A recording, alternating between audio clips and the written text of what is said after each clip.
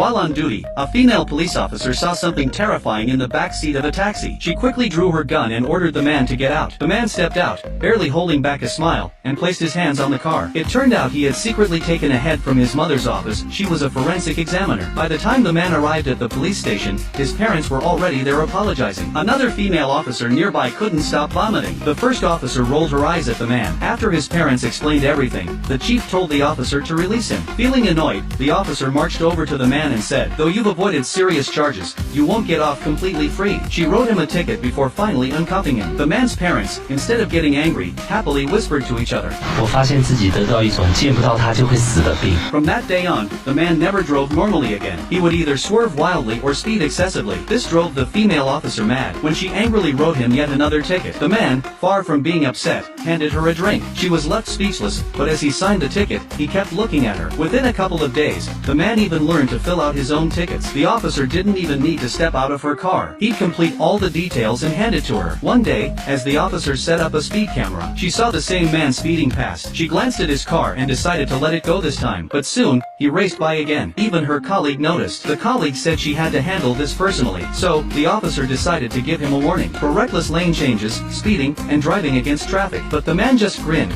collecting each ticket like a love letter. 我最后再严重警告你，不要再被我逮到一次哦。